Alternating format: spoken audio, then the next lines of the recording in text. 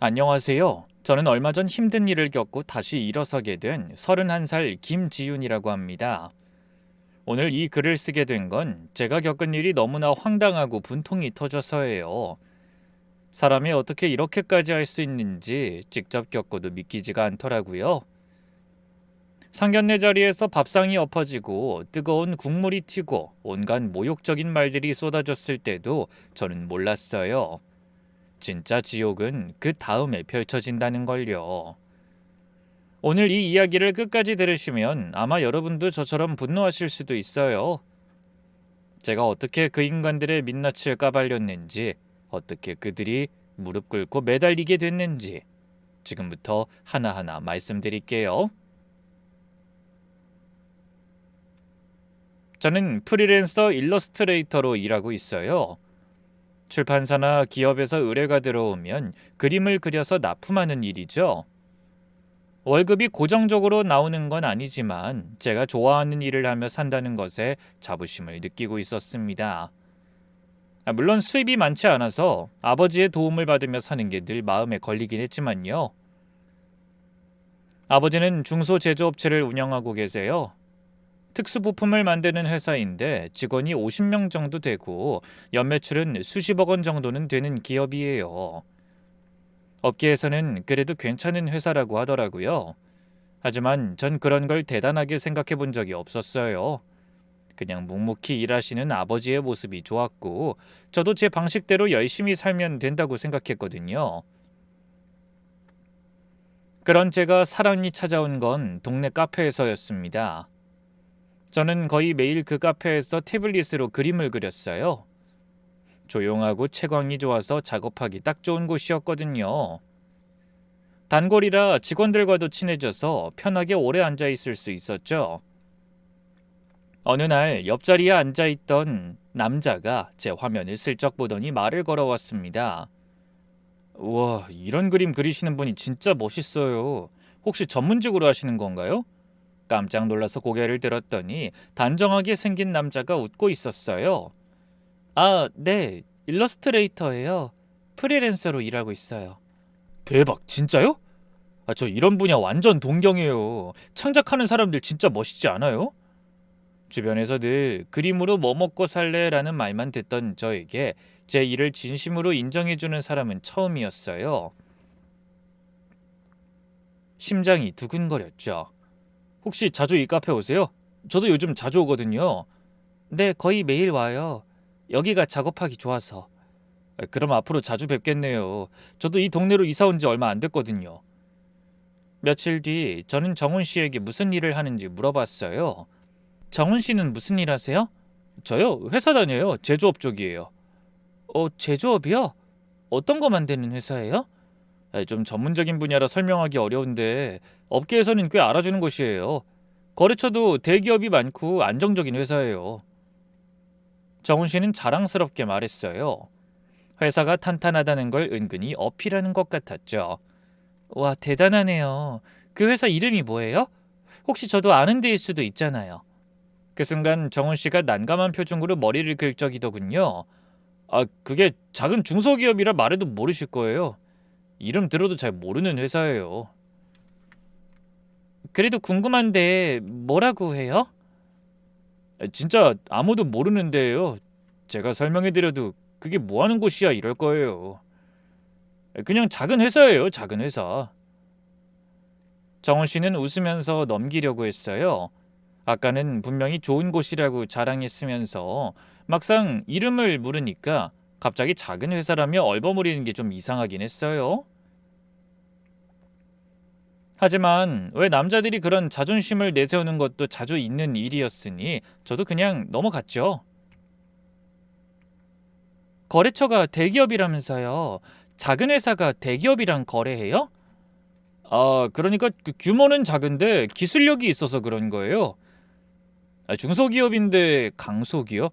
뭐 그런 느낌이에요. 아, 그렇구나. 더 캐묻기가 좀 그래서 그냥 넘어갔어요.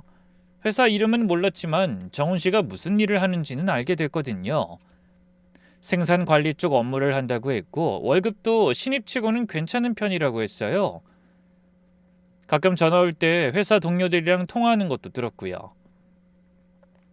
아, 형, 내일 그 건 제가 처리할게요. 네네, 알겠습니다. 이런 대화를 듣다 보니 진짜 열심히 회사 다니는 사람이구나 싶었어요. 회사 이름 하나 모른다고 뭐가 대수겠어요. 중요한 건 성실하게 일하는 사람이라는 거잖아요. 전 그렇게 이해하고 넘어갔습니다. 그렇게 정훈 씨와 만나는 날이 많아지면서 저는 충만함을 느끼고 있었습니다. 정훈 씨가 정말 다정했거든요. 제가 작업에 집중하고 있으면 조용히 옆에서 커피 마시며 기다려줬고, 제가 그린 그림을 보면서 늘 칭찬을 아끼지 않았어요. 지훈아, 이번 그림 진짜 예쁘다. 너 진짜 재능 있어. 에이, 뭘. 이건 좀 별론데. 아니, 무슨 소리야. 나 눈 높거든.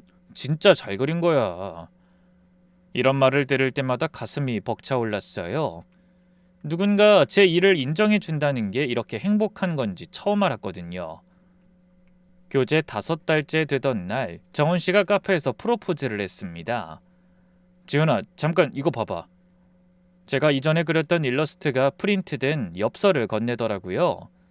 펼쳐보니 안에 다이아 반지가 들어있었어요. 나랑 결혼해 줄래? 순간 심장이 멎는 것 같았어요. 근데 감동보다 당황이 먼저 밀려왔습니다. 정훈 씨, 잠깐만. 우리 사귄 지 아직 5달밖에 안 됐잖아. 5달이면 충분하지. 난 확신이 있어. 그래서 너한테 청혼한 거고. 아니, 그렇지만 너무 빠르지 않아? 난 아직 마음의 준비가 안 됐어. 저는 솔직히 난감했어요. 정훈 씨를 좋아하는 마음은 진심이었지만 결혼은 다른 문제잖아요. 고작 5달 만에 평생을 약속하는 게 맞는 건지 확신이 없었거든요. 정훈 씨, 미안한데 조금만 더 시간을 두고 생각해보면 안 될까? 결혼은 진짜 큰 결정이잖아.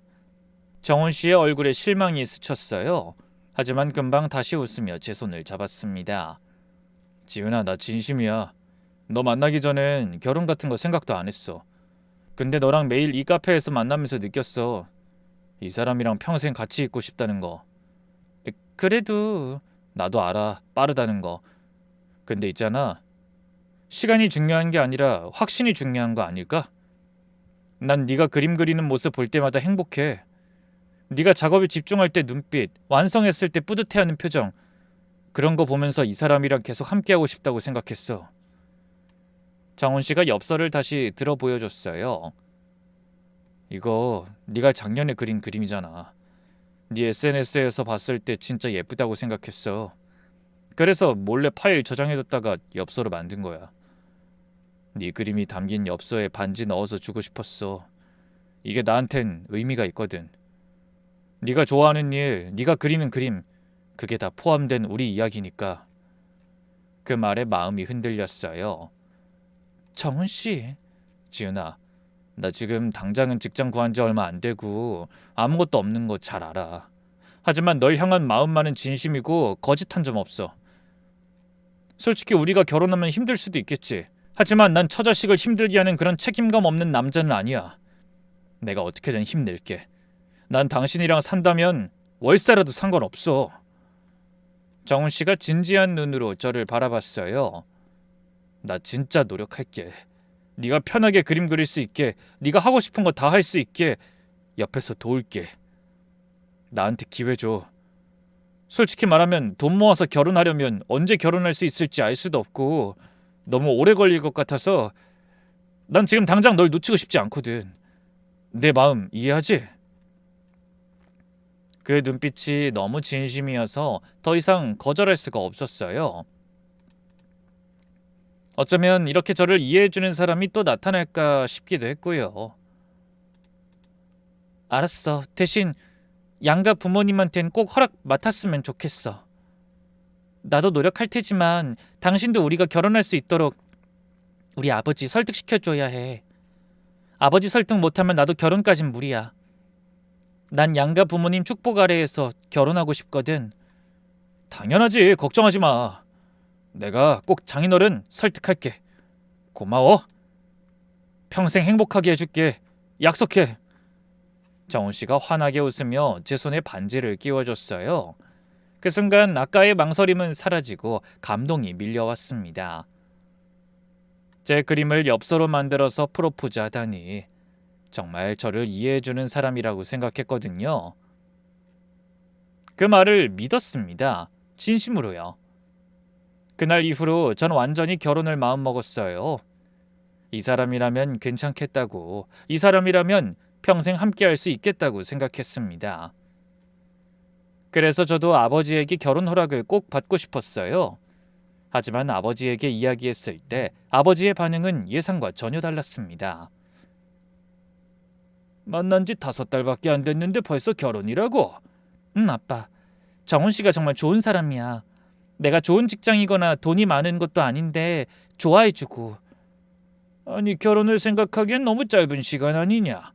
게다가 네가 나이가 많은 것도 아니고. 나 벌써 30이야. 느낌 뭐가 늦어. 아이, 그래도 그 사람 모아둔 돈은 있어? 집은 어떻게 하기로 했는데? 그런 건 천천히 하면 되잖아. 둘이 힘 합쳐서 모으면 되지. 우리 둘 다 사회초년생인데 지금부터 모아가면 살면 되지. 제 말에 아버지는 고개를 저으셨어요. 지훈아, 가진 게 없는 건 부끄러운 게 아니다.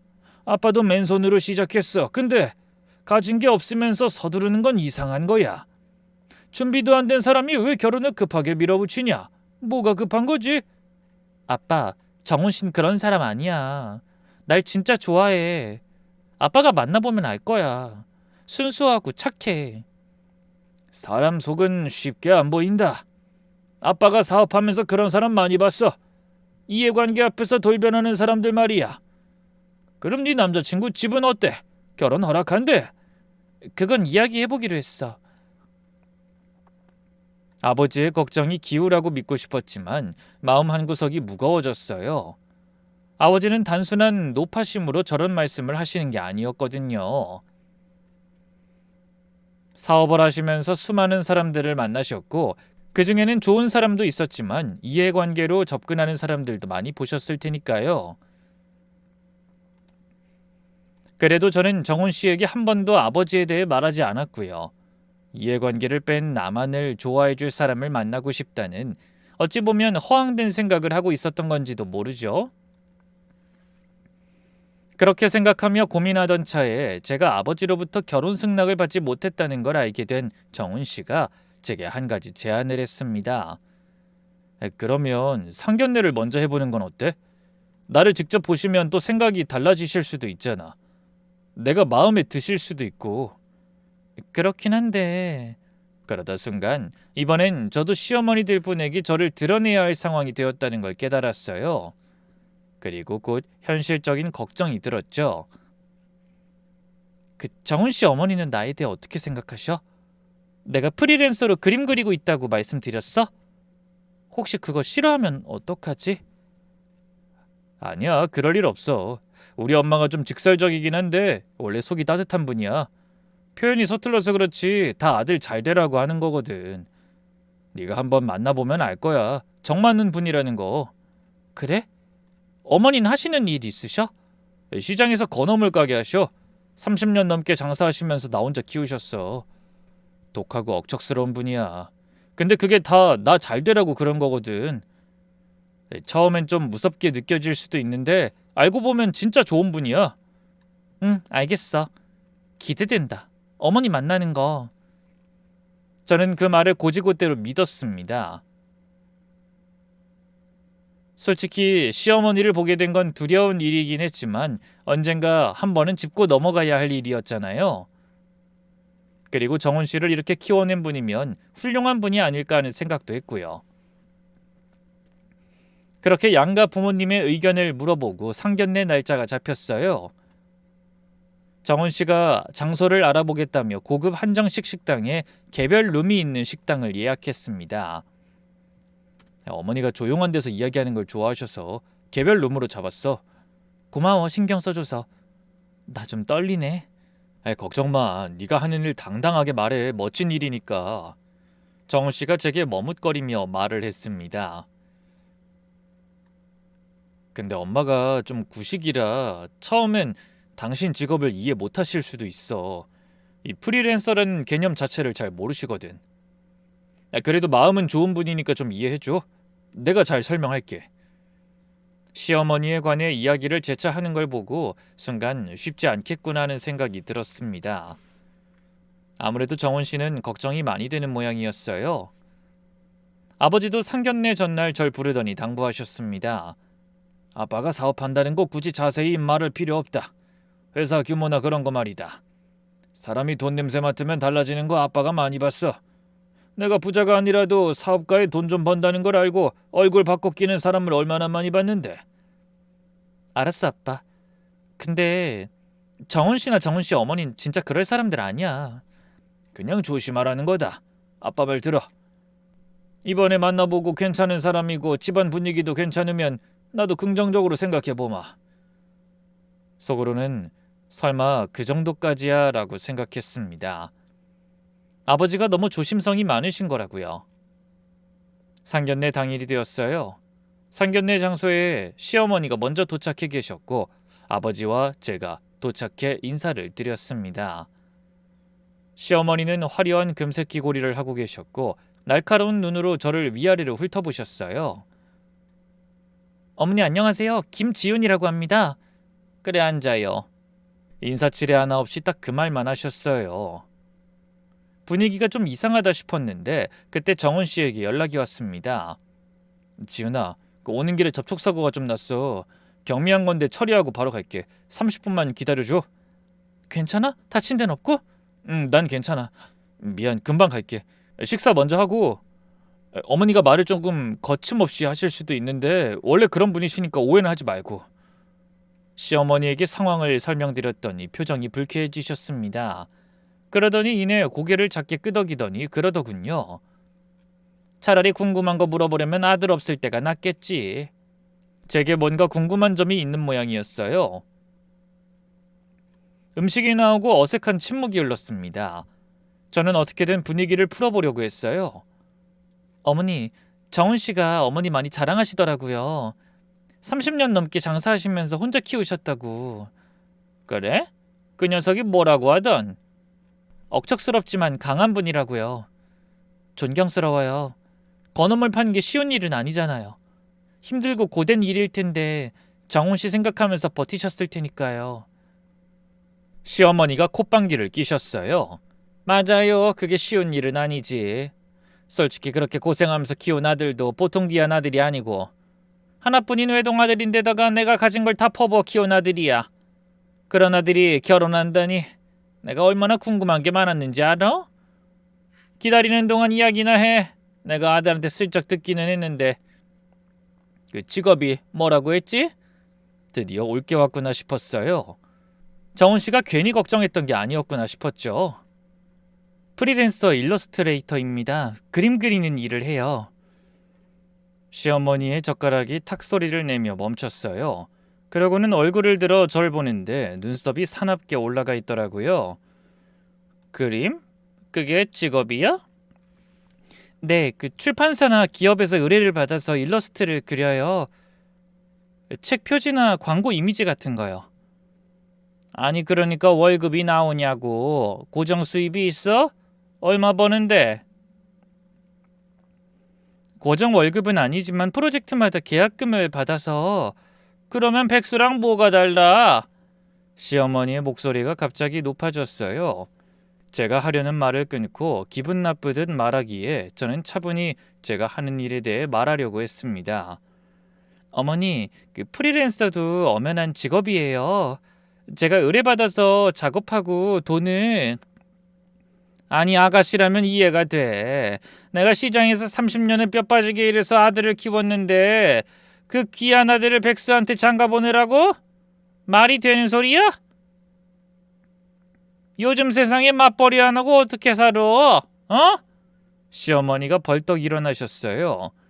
어머니 진정하시고 이야기를. 우리 정훈이가 얼마나 성실하게 회사 다니는데 그림쟁이를 데려와? 너 우리 아들한테 빌붙이려고 그런 거지? 넌 집에서 탱작탱작 놀고 우리 아들만 고생시키려고?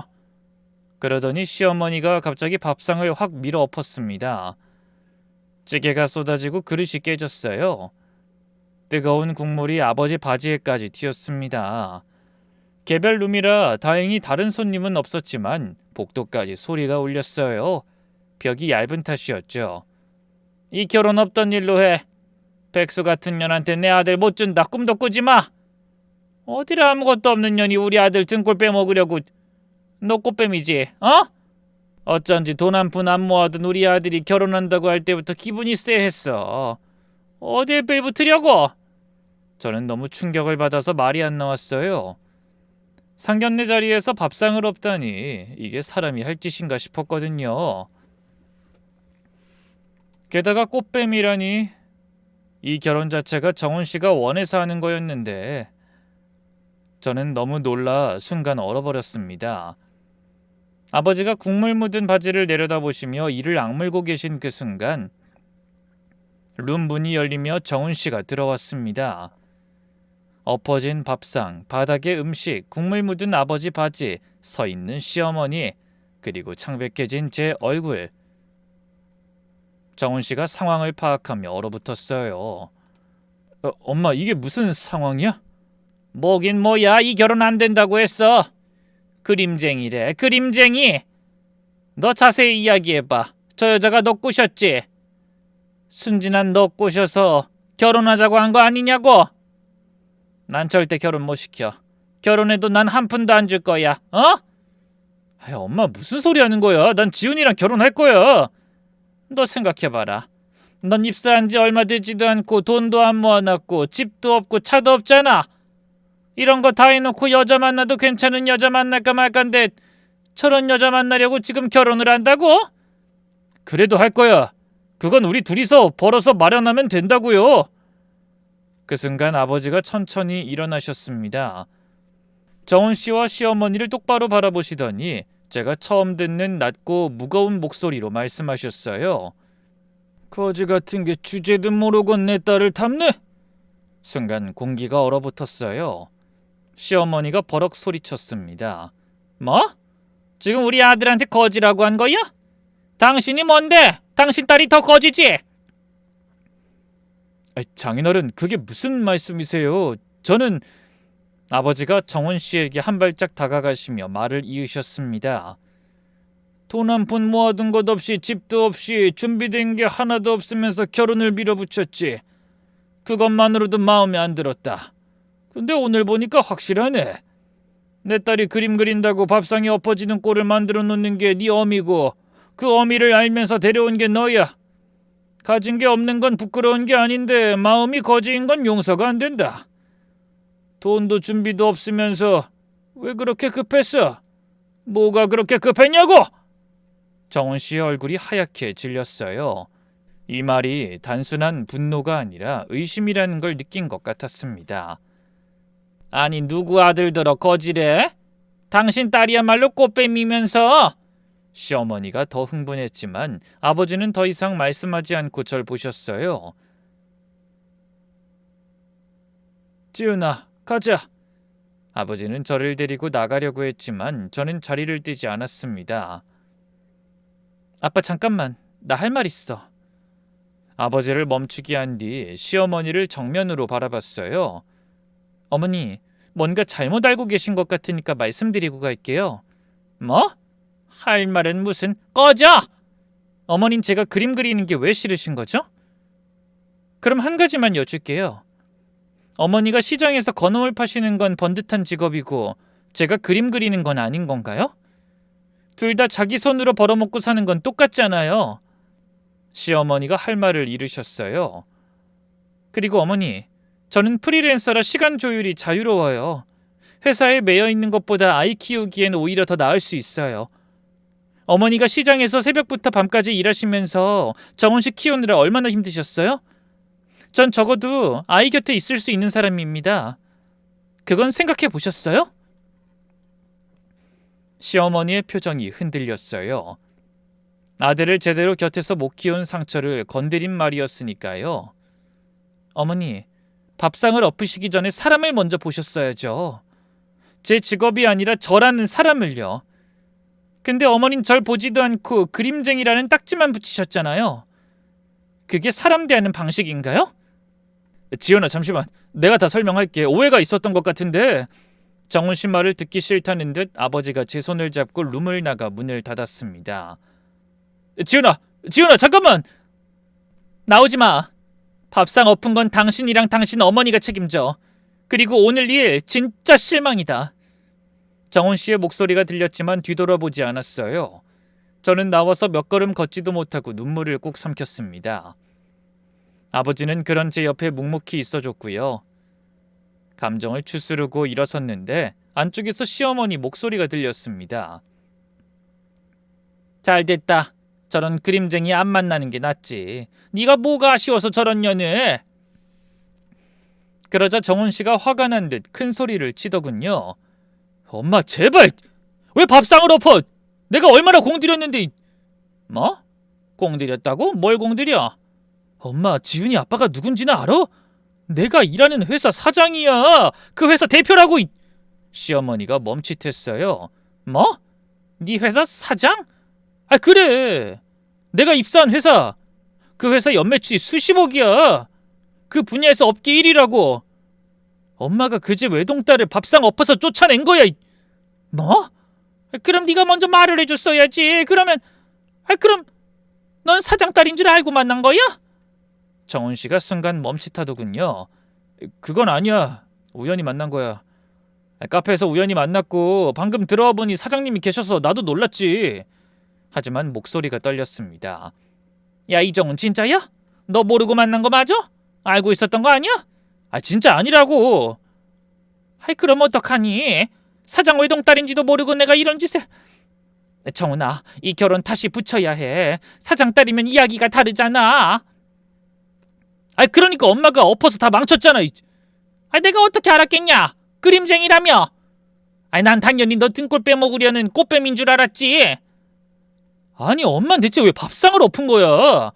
아, 그런 것만 아니면 내가 수습할 수 있는데.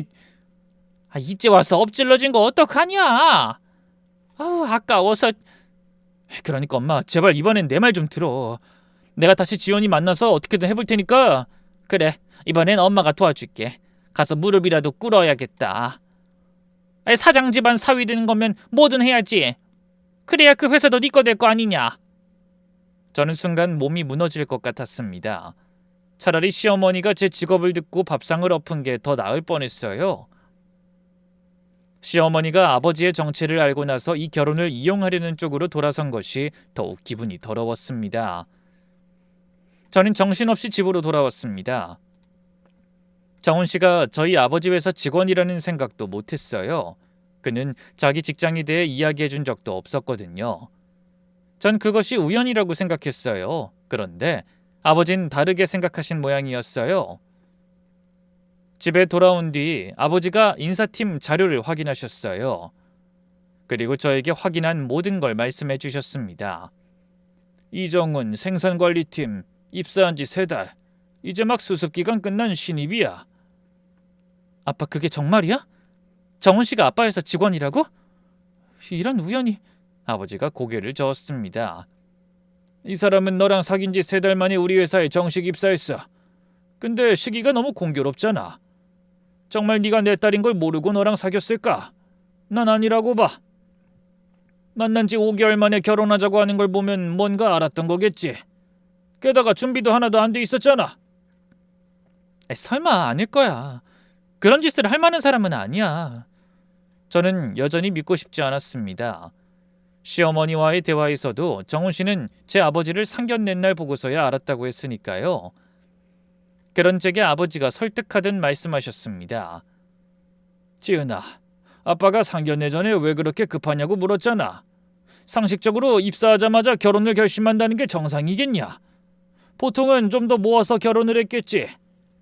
늦은 나이도 아니고 요즘 치곤 꽤나 이른 나이잖아. 아빠가 괜히 걱정한 게 아니었어. 저는 아버지의 말을 듣고 확인해 보기로 했습니다. 물론 시어머니는 용서하고 싶지 않았으나 정훈 씨는 다를 거라고 믿었으니까요. 아빠, 내가 직접 확인해 볼게. 저는 캐리어에 짐을 가득 채워 집을 나섰습니다. 마치 정말 쫓겨난 것처럼 보이게요. 그리고 정훈 씨 집 근처 자주 가던 카페에 들어가서 정원 씨와 시어머니에게 문자를 보냈어요. 정원 씨, 어머님 모시고 올 수 있어요? 지금 정원 씨 집 근처 카페인데 할 말 있어요. 답장은 금방 왔습니다. 지연아, 지금 바로 갈게. 5분만 기다려. 그리고 저는 바로 아버지께 전화를 걸었습니다. 아빠, 지금부터 내 전화 끊지 말고 듣고만 있어줘. 알았어. 지훈아, 조심해. 폰을 스피커폰으로 대기시켜둔 채 폰 화면을 뒤집은 채 컴 옆에 가지런히 두었어요. 그리고 두 사람을 기다렸죠.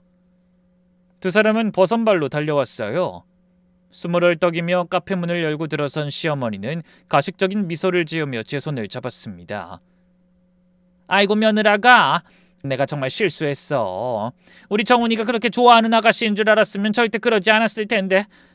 내가 시장에서 일하면서 의심병이 많아졌지 뭐니. 아무리 그래도 하셔서 될 말이 있고 안 될 말이 있죠. 게다가 밥상까지 엎으신 건 진짜 너무하셨잖아요. 어떻게 그런 행동을... 그래, 내가 다 잘못했어. 우리 아들이 귀하게 여기는 아가씨가 아니었으면 내가 절대로 그런 짓 안 했을 거야. 나도 그것 때문에 정훈이한테 얼마나 혼났다고. 정훈 씨도 제 옆에 앉으며 급하게 말했어요. 그래 지훈아, 정말 다 오해야. 난 네가 사장님 딸인 줄 정말 몰랐어. 상견례 때 처음 알았다니까. 우리 5개월이나 사귀었었는데 내가 네 아버지를 소개받은 적도 없어서. 그거 진짜 사실이야? 우리 아빠가 사장인 거 모르고 만난 거 맞아? 그런데 아버지가 그러더라. 만난 지 5개월밖에 안 되는데 어떻게 결혼을 이야기할 수가 있냐고. 게다가 너 모아둔 돈도 거의 없었잖아. 보통 결혼은 돈 모아두고 하는 거 아니야? 정말 맹세코 난 그 사실 몰랐어. 내가 널 좋아하는 건 너라서 좋아하는 거야. 5개월을 만나든 10년을 만나든 네가 결혼하고 싶은 여자라는 건 변함이 없어. 네가 빨리 결혼하는 게 싫으면 느긋하게 해도 되니까. 정훈 씨, 나 정말 상처받았어. 상견례 날 일들을 잊지 못하고 매일 저녁마다 떠올라서 미치겠다고. 이런 내가 정말 당신하고 다시 만나는 게 맞는 일일까 싶어. 다시 만나다니. 우리 헤어진 적도 없잖아. 난 다 기다릴 수 있고 이해할 수 있어. 그리고 우리 엄마도 당신한테 잘못했다고 생각하고 있어. 사과하고 싶다고 하셨는걸. 그치 엄마? 정훈 씨 말에 시어머니가 고개를 끄덕이며 제 손을 더 세게 잡았어요. 그래, 내가 미안해. 밥상 엎은 것도 그런 말 한 것도 다 아들을 너무 생각해서 한 말이지 나쁜 의도로 한 건 아니야. 근데 아가씨, 우리 정훈이랑 5개월이나 사귀었잖아. 서로 사랑하는 거 아니야? 근데 이렇게 헤어지면 되겠어? 내가 아무것도 몰라서 했던 말들은 잊고 다시 우리 정훈이랑 잘 지내봐. 내가 참 죄인이지 그깟 직업이 뭐라고. 사실 저도 정훈 씨와 결혼하고 싶은 마음은 있어요. 정훈 씨의 얼굴이 환해졌습니다. 그치? 우리 이렇게 헤어질 건 아니었어. 엄마도 이제 달라질 거야. 그럼 사장님도 허락하신 거야? 저는 잠시 망설이는 척하다가 천천히 입을 열었습니다. 근데 정훈 씨, 어머님, 사실 제가 말씀드려야 할 게 있어요. 뭔데? 말해봐. 저 사실 양녀예요. 아버지 친딸이 아니에요. 시어머니의 표정이 미세하게 굳었습니다. 뭐? 양녀? 네. 처음에는 할아버지께서 절 키우셨는데 할머니 돌아가시고 갈 곳 없어서 아버지 밑에서 큰 거거든요. 그래서 아버지가 돌아가셔도 제 몫은 없어요. 아버지께서 유언장에 재산을 모두 사회에 환원하신다고 명시하셨거든요. 저는 가방에서 서류를 꺼내 보여줬어요. 물론 가짜였지만 그럴싸하게 만든 유언장 사본이었습니다. 이게 무슨... 정훈 씨가 서류를 낚아채듯 받아들고는 얼굴이 하얗게 질렸어요. 게다가 아버지가 이번 일로 저한테 실망하셨어요. 제 결혼에는 한 푼도 쓰지 않겠다고 하셨고요. 솔직히 아버지한테 미움받아서 집에서도 쫓겨났어요. 저는 캐리어를 가리키며 일부러 피곤한 듯 눈가를 손가락으로 꾹꾹 눌렀습니다. 그래서 이렇게 짐 싸서 나온 거예요. 근데 정훈 씨, 그래도 나랑 결혼할 거지? 우리 사랑하잖아. 집은 월세라도 상관없어. 나도 아무것도 없이 오는데 뭐. 순간 정훈 씨의 얼굴이 일그러졌습니다. 뭐? 그럼 넌 아무것도 없다는 거야? 네. 하지만 제가 있잖아요. 그림으로 돈도 벌 수 있고 원하면 직장에 취직이라도 하면. 속으로 저는 제발하고 빌었어요. 제가 잘못 생각했기를. 정훈 씨가 그래도 괜찮다고 해주기를 정말 바랬어요. 그러면 다 용서하고 다시 시작할 수 있을 것 같았으니까요. 야, 미쳤어? 그러나 그 바람은 순식간에 깨져버렸어요.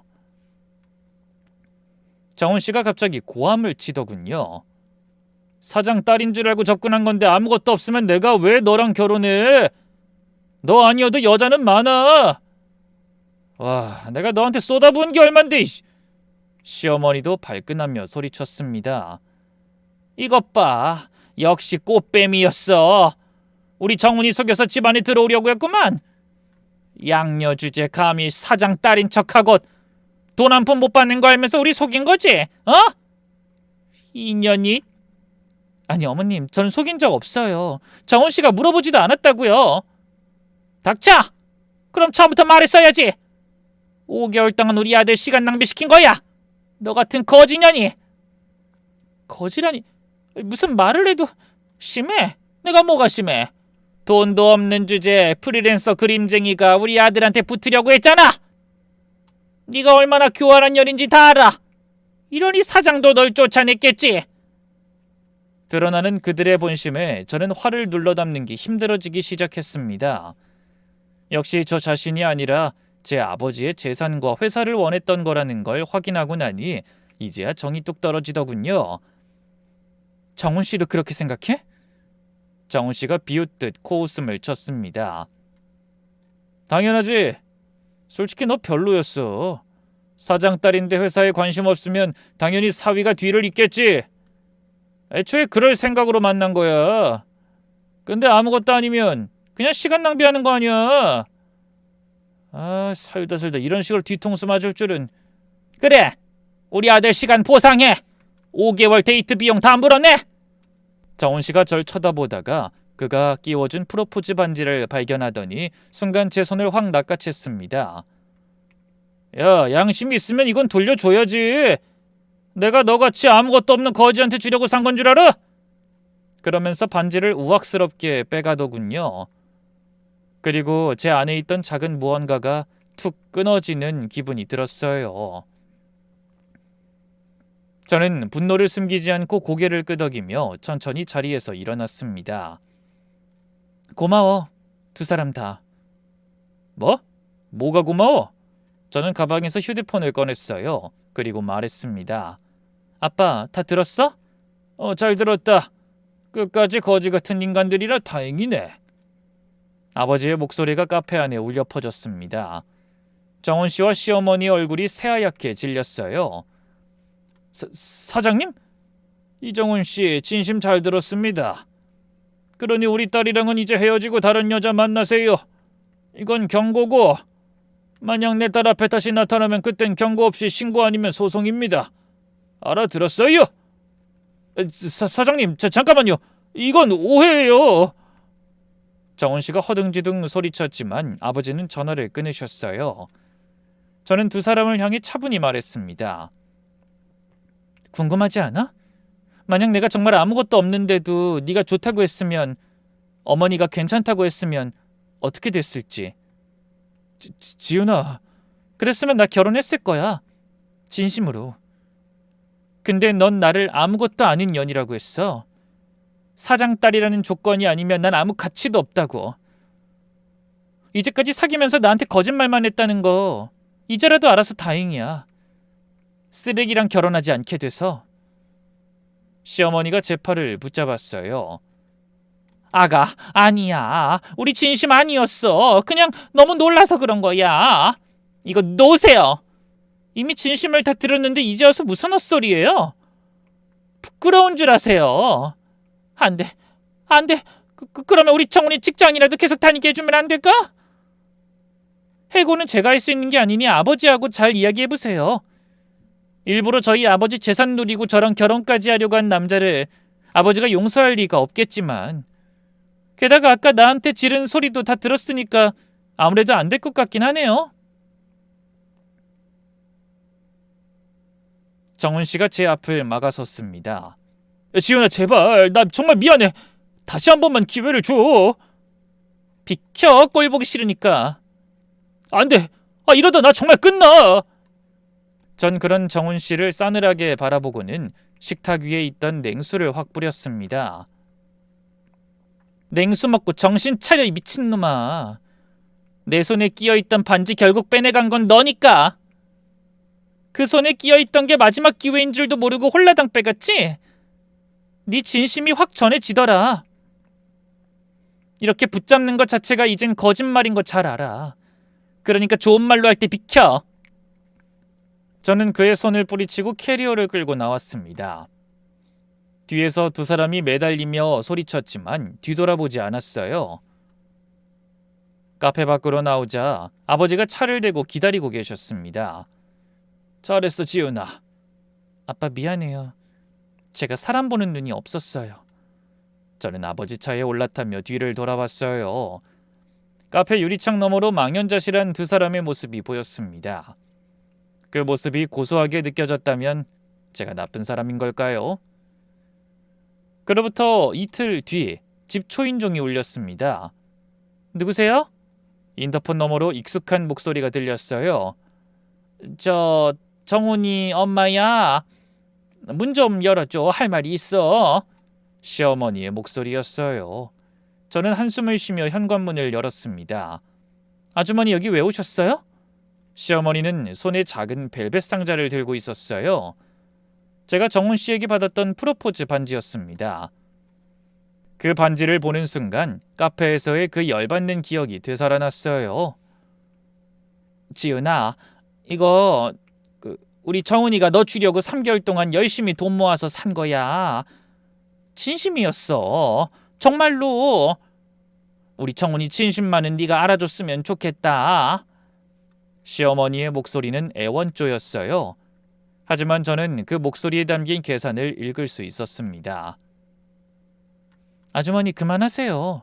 그리고 그 진심을 제 손에서 뺏어간 건 아주머니 아드님이시고요. 이제 저랑 아무 상관없는 분들인데 왜 자꾸 찾아오시는지 모르겠네요. 제발, 내가 잘못했어. 내가 무릎 꿇을게. 그러니까 제발 다시 한 번만. 우리 아들 만나주면 안 되니? 난 진짜 죽은 듯이 살 거야. 너희들한테 간섭도 안 하고. 시어머니가 정말로 무릎을 꿇으려 하자 저는 재빨리 손을 내주었습니다. 아주머니, 일어나세요. 그러시는 거 아니에요. 무릎 꿇는다고 해결될 일이 아니잖아요. 저는 이미 그 남자한테 마음이 없어요. 솔직히 속이려고 한 거 사기로 신고 안 한 것만으로도 다행으로 생각하셔야죠. 여기 와서 이러신다고 제가 받아주겠어요? 솔직히 얼굴 볼 때마다 화만 나는데. 그럴 리가. 5개월이나 사귀면서 마음이 그렇게 쉽게 가라앉을 리가 있어? 우리 아들은 네 생각 때문에 잠도 못 자고 애가 퀭해서는. 아주머니, 입이 삐뚤어져도 말은 바르게 해야죠. 제 생각이 아니라 저희 아버지랑 회사 생각나서 그런 거겠죠. 진짜 어이가 없어서. 저는 시어머니를 똑바로 쳐다봤어요. 더 이상 물러설 생각이 없었습니다. 그 인간이 아니더라도 아주머니 생각하면 저 진짜 아직까지 화나거든요? 그림쟁이라면서 제가 하는 일 무시하고 밥상 뒤집어 엎는 거 봤을 때 그때 제 마음이 어땠는지 아세요? 제가 얼마나 수치스러웠는지, 얼마나 모욕감을 느꼈는지 아시냐고요. 그건 내가 무지해서 그런 거지. 그땐 진짜 네가 우리 아들을 이용하려는 건 줄 알고. 네가 사장 딸이란 걸 알았으면 내가 그랬겠니? 아주머니는 무지한 게 아니라 그냥 절 무시하신 거예요. 제 직업을, 제 삶을, 그리고 저라는 사람 자체를 무시하신 거라고요. 시어머니가 입술을 떨었습니다. 근데 제가 사장 딸이라는 걸 알고 나서는 태도가 180도 바뀌었죠. 갑자기 며느리라고 부르시고 손잡으시고 무릎까지 꿇으려 하시고. 그게 사람 대하는 방식인가요?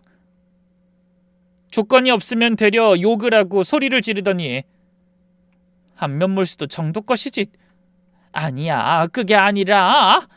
그리고 아주버님 아드님도 마찬가지예요. 제가 아무것도 없다고 하니까 바로 아무것도 아닌 년이라고 하는 거 봤죠? 그게 5개월 동안 사귄 사람한테 결혼하자던 사람한테 할 말인가요? 그 나물에 그 밥이라는 말이 정말 딱이던데 어쩜 그리 모자가 똑같은지. 에휴, 그건 정훈이가 실수한 거야. 마음에도 없는 말이었어. 저는 피식 웃었습니다. 그래서 내가 시험해 본 거잖아요. 두 사람이 정말 날 어떻게 생각하는지. 아무것도 없는 나라도 받아줄까 하고 기대하고 기도하면서. 근데 시험 안 해봤으면 큰일 날 뻔했더라고요. 제발. 아주머니, 그 반지 그 인간한테 다시 돌려주세요. 다음 여자한테 쓰라고요. 전 필요 없어요. 시어머니의 얼굴이 일그러졌어요. 분노와 절망이 뒤섞인 표정이었습니다. 그러더니 제 손에 강제로 그 반지를 쥐어주더군요. 그래도 이건 네 거야. 우리 아들 이름이랑 네 이름 새겨진 반지니까. 저는 그 반지를 보며 한숨을 쉬며 반지를 들고 멀리 던져버렸습니다. 시어머니가 놀란 눈으로 절 바라보더군요. 너 미쳤어? 그게 얼마짜린데 그걸 던져? 제 거라면서요. 제 거 제 마음대로 하는데 아주머니가 뭔 상관이세요? 그러니까 돌려주라고 할 때 들고 갔으면 됐잖아요. 사람 기만해놓고 이렇게 와서 얼쩡거리는 거 진짜 열받거든요. 이것 봐. 네가 지금 우리 정훈이 인생 망치는 거 알아? 뭐 잘났다고 네가 그래? 제가요? 제가 망쳤나요? 전 오히려 차분하게 반문했습니다. 자기 무덤 판 게 누군데 나한테 뒤집어 씌워요? 적당히 하고 가시라고요. 아니면. 그때 아버지가 밖으로 나오셨습니다. 팔짱을 끼신 채 단호한 표정으로 시어머니를 내려다보셨습니다. 그만 돌아가시죠. 우리 딸 더 이상 괴롭히지 마세요. 경고는 한 번만 합니다. 사장님 제발 한 번만요. 우리 정훈이 제발 해고만은 안 돼요. 네? 저도 해고는 안 하고 싶습니다. 해고가 회사에 좋은 것도 아니고. 그런데 괘씸하잖아요. 보면 볼수록 생각나서 화날 텐데 제가 왜 그놈을 제 회사에 둬야 합니까? 제발요. 우리 정훈이 그 회사 아니면 갈 데가 없어요. 이력서 넣은 데마다 다 떨어졌다고요. 아버지가 차갑게 웃으셨어요. 그건 제 문제가 아닙니다. 애초에 제 딸한테 제대로 대했으면 이런 일도 없었겠죠. 아버지는 휴대폰을 꺼내 정훈 씨에게 전화를 걸었습니다. 스피커폰으로요. 이정훈 씨, 지금 당장 와서 어머니 모셔가세요. 10분 안에 안 오시면 경찰 부를 겁니다. 불법 침입으로 신고하겠어요. 사장님 잠깐만요. 10분입니다. 아버지는 단호하게 전화를 끊으셨어요. 시어머니가 바닥에 주저앉으며 울기 시작했습니다. 이러지 마 제발. 우리 정훈이 살려줘.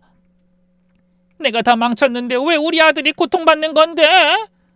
하지만 전 더 이상 마음이 흔들리지 않았어요. 그 눈물이 진짜인지 가짜인지는 중요하지 않았습니다. 이미 신뢰는 깨졌으니까요. 그리고 시어머니나 아들이나 똑같이 진상이었으니 둘 다 고통받는 건 당연한 거죠. 10분도 안 돼서 정훈 씨가 헐레벌떡 달려왔습니다. 땀범벅이 된 얼굴로 현관문을 두드렸어요. 사장님, 지은아! 정말 죄송합니다. 어머니 데리고 나갈게요. 못 나가. 저 년이 네 반지 던져버렸어. 잔디밭에 어딜 봐도 못 찾겠어. 정훈아. 내 거라면서 강제로 쥐어주길래 버렸는데 또 딴소리 하시네. 얼마 줬어? 내가 돈 붙여줄게. 그 반지는 그냥 버려. 어차피 헤어진 마당에 이름 새겨진 반지가 웬 말이야? 나중에 내가 찾으면 녹여서 알아서 쓸게. 얼마에 샀는지나 말해. 정훈 씨는 저를 원망스러운 눈으로 쳐다보더군요. 지가 한 짓은 생각지도 않고 저만 탓하는 저 눈빛이 진짜 열받았어요. 사장님, 정말 제가 미쳤었어요. 제가 정신이 나갔었어요. 지은이한테도 정말 죄송하고.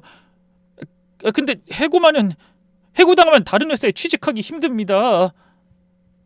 이정훈 사원, 자네 발로 찬 기회야. 난 충분히 기회를 줬다고 생각하는데. 사장님 제발, 저 정말 후회하고 있어요. 회사는 다니게 해주세요. 아버지가 차갑게 웃으셨어요. 그래? 그럼 버틸 수 있으면 일해 보시던가. 해고는 취소할 테니 알아서 잘 버텨봐. 직원들이 당신 같은 인간이랑 같이 일하고 싶은지 모르겠지만 솔직히 지금도 어디서 소문이 퍼졌는지 점점 회사 내에 이야기가 돌고 있던데. 그냥 자기 발로 나가는 게 제일 좋은데 말이지. 정훈 씨는 마지막 기회라고 생각했는지 말했습니다. 저는 안 나갑니다. 제가 뭘 잘못했다고요? 저는 아무 잘못 없어요. 잘못이 없다고? 뭐 그건 직원들이 판단해 주겠지. 아버지가 비웃듯 말씀하셨어요. 정훈 씨는 아무 말도 하지 못했어요. 그만 가봐. 어머니 모시고. 다시는 우리 집 앞에 얼씬도 하지 마. 다음엔 정말 경찰 부를 거니까. 정훈 씨는 울상이 된 얼굴로 시어머니를 부축해 일어섰습니다. 시어머니는 끝까지 절 노려봤어요. 너 두고 봐. 니도 언젠가 이런 날이 올 거야. 아주머니. 저는 시어머니를 똑바로 쳐다보며 말했습니다. 일이 이렇게 된 거는 아주머니 밥상이 먼저였잖아요. 직업에 귀천이 없는데도 제 일을 무시했고요. 제가 만약 그 자리에서 아주머니 직업이 시장 상인이라서 싫다고 했으면 좋았겠어요? 남한테 나쁜 말하기 전에 자기를 먼저 돌아보세요. 아시겠어요? 문 앞에서 정훈 씨가 한 번 더 뒤돌아봤지만 전 고개도 돌리지 않았어요. 아버지가 문을 닫으시고 제 어깨를 토닥여 주셨습니다. 며칠 뒤 아버지가 저녁 식사 중에 말씀하셨습니다. 지훈아, 그놈 결국 퇴사했다. 응? 아빠가 해고한 거 아니야? 아니, 스스로 나갔어. 알고 보니 그 친구 동기 중에 한 명이 이 사실 다 알게 됐나 봐. 술 마시고 이야기하다가 다 들었다고 하던데 그 친구가 회사 비공식 단톡방에 다 퍼뜨렸더라고. 자기가 사장님 사위가 될 수도 있었는데 엄마 때문에 다 망쳤다고 난리를 피웠더라고. 입을 막아야 했는데. 아니 정신이 나간 거야? 그런 소리를 왜 했대요? 그러니까 회사 분위기가 어땠겠어? 다들 가까이 지내다가 사장한테 찍히겠다 싶었겠지. 점심시간에도 혼자 먹고 회의 때도 아무도 옆에 안 앉더라. 결국 일주일 버티다가 사표 내고 나갔어. 저는 묘한 기분이 들었어요. 동정심은 없었지만 그렇다고 후련하지도 않았습니다. 근데 말이야, 그 친구 퇴사 사유가 소문나서 다른 데 취직도 못하는 것 같더라고. 뭐 우리랑 다른 지방 쪽으로 가면 취직이야 되겠지만 여기서 이런 거 다 버리고 가는 건 또 어렵겠지. 이미 인사 담당자들끼리 다 알아. 회사 노리고 사장 딸한테 접근한 파렴치한 놈이라고. 그래서 지금은요? 취직은 했대요? 그 인간 동기가 하는 말이 지금 어머니 집에 얹혀 살면서 백수로 지낸단다. 어머니가 새벽부터 시장 일하면서 아들 뒷바라지하고 있다더라고. 아이러니하지. 자기 엄마가 평생 하던 그 고생을 다시 시키고 있는 거야. 그 엄마는 며느리 잘못나 팔자 고쳐버려다가 되려 아들한테 코 깨었고 말이지. 저는 아무 말 없이 고개를 끄덕였습니다. 인과응보라는 말이 떠올랐어요. 제 눈에 눈물을 흘리게 했으니 지 눈엔 피눈물 흘려봐야 제가 당한 고통을 알겠죠. 그로부터 몇 달간은 일만 하며 지냈습니다. 저는 한 중견 출판사에 취직해서 북 디자이너로 일하기 시작했고요. 회사 생활은 생각보다 재미있었고 월급도 안정적이었습니다. 무엇보다 제 직업을 인정해주는 동료들이 있다는 게 좋았어요. 어느 토요일 오후 새로 생긴 남자친구와 카페에서 차를 마시고 나오는 길이었어요. 지훈아, 요즘 표정 진짜 좋아 보여. 회사 생활 재밌어? 응, 생각보다 훨씬 좋아. 상사분도 좋으시고. 그래, 다행이다. 그래도 힘들면 그만둬도 돼. 내가 있잖아. 그렇게 이야기를 나누며 걷는데 어느 마트 입구 쪽에서 익숙한 목소리가 들렸습니다. 야 이정훈, 너 오늘도 집에서 빈둥거릴 거야? 면접이나 제대로 보고 와. 맨날 떨어지기만 하고. 대체 30 넘은 놈이 집에서 놀기만 하면 어쩌냐고. 아, 시끄러! 엄마가 내 탓할 때야? 엄마야말로 내 일에 신경 꺼. 엄마가 나 위한답시고 한 행동 때문에 내가 지금 이 모양 이 꼴이 됐는데, 그때 상견례에서 밥상만 안 엎었어도 난 지금쯤 사장 사위였어. 내 인생 탄탄대로였을 거라고. 그걸 엄마가 다 망쳤으면서. 뭐? 지금 그게 내 탓이야? 네가 제대로 알아보고 만났어야지. 여자 하나 제대로 못 붙잡아 놓고 무슨 소리야? 시어머니와 정훈 씨였습니다. 두 사람은 마트 앞 주차장에서 목소리를 높이며 싸우고 있었습니다. 시어머니는 시장에서 쓰는 앞치마를 두른 채였고, 정훈 씨는 며칠 안 씻은 듯한 머리에 추리닝 차림이었어요. 엄마 때문에 내 인생 망했어. 사장 딸이랑 결혼했으면 난 지금쯤 승진하고 집도 사고 차도 바꿨을 텐데. 내가 5개월을 공들인 공사를 엄마가 망쳤잖아. 닥쳐! 네가 그년 제대로 못 붙잡아 놔서 그렇지. 애초에 네가 잘했으면 걔가 널 그렇게 무시하고 갔겠어? 손에 있던 반지만 안 뺐어도 어떻게든 해볼 수 있었을 거다, 이놈아. 그 전에 엄마가 먼저 난리친 거 생각 안 나요? 지금 그 회사는 점점 잘 나가는데 나만 이게 뭐냐고, 엄마 때문에. 저는 그 광경을 묵묵히 지켜봤어요. 시어머니가 정훈 씨 욕을 하다가 고개를 돌렸어요. 그리고 제 눈과 마주쳤습니다. 순간 시어머니의 얼굴이 굳었어요. 정훈 씨도 저를 보고는 입을 다물었습니다. 저는 두 사람을 향해 한껏 비웃어주고는 아무것도 모르는 남자친구 팔짱을 끼고 등을 돌렸습니다. 저런 인간들과 아는 사이라는 것도 알려주고 싶지 않았어요. 지금 남자친구는 저의 모든 것을 알고 있어요. 그래도 괜찮아요. 이 사람은 아버지가 소개시켜준 사람이고 저희는 동등하게 만나고 있거든요. 사람을 볼 때 조건으로 보는 사람은 결국 자기도 조건으로 판단하게 됩니다. 제 시어머니가 그랬어요. 저를 직업으로 판단했고 결국 자기 아들도 저한테 조건으로 판단되는 상황이 된 거예요. 뿌린 대로 거두는 거죠. 여러분도 누군가에게 무시당한 적이 있으시다면 그게 여러분의 문제가 아닐 수 있어요. 그 사람의 눈이 잘못된 거예요. 여러분은 충분히 가치 있는 사람입니다.